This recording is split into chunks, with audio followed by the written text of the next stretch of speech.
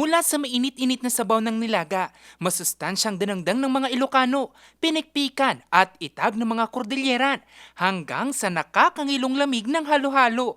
Ilan lamang yan sa mga ipinagmamalaki nating mga Pilipino, na sentro naman ngayon ng content ng real-life couple na sila Sharin at JR. Can educate them na ganito to nangyari, nung unang panahon, ganito ginagawa yung food. So, by the sense of kinakain mo to, it feels like na nasa sinaunang panahon ka na-experience mo hindi lang yung pagkain, pero the culture itself. Depende sa narrative, depende sa content, sa istorya.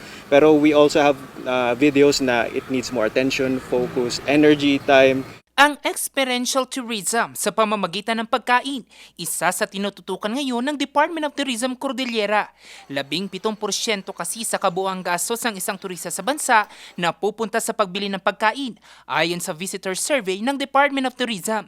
Actually, yun nga yung leverage natin kasi yung ating food culture based din siya no? So, part of the narrative when we serve the food is its connection with the lifestyle of the people. You want to anchor yung story natin on the culture of the Cordillera. Bukod sa local tourism establishment, makikinabang din sa pag-unlad ng food tourism sa rehiyon ang mga lokal na magsasaka.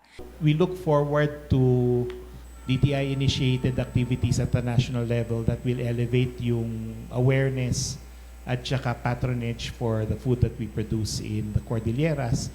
And if they see that we have a showcase such as Mangantaku, that will make it easier for us to be onboarded sa national scene. Para mas maipakilala pa lalo ang pagkain Cordilleran, muling bubuksan sa ika-23 ng Abril ang Mangantaku Food Fair sa Rose Garden ng Burnham Park. We brought the chefs to the farms, and they were surprised that many of the products that they are actually importing are found here in the Philippines.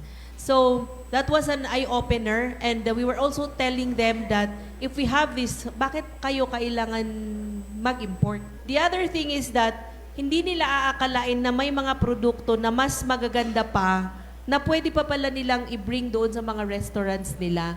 46 na food establishment mula sa Ilocos Region, Cagayan Valley Region at Cordillera ang magpapatikim ng kanilang ipinagmamalaking putahe. We are hoping this coming weekend, itong last weekend, wala talagang exact number now. This coming weekend can entice more visits, and hopefully we can reach at least that number, 50 to 80,000. Tema ng ika-7 Mangantaku Food Fair, Preserving Tradition, Sustaining Flavors. Jose Robert Inventor, RNG News.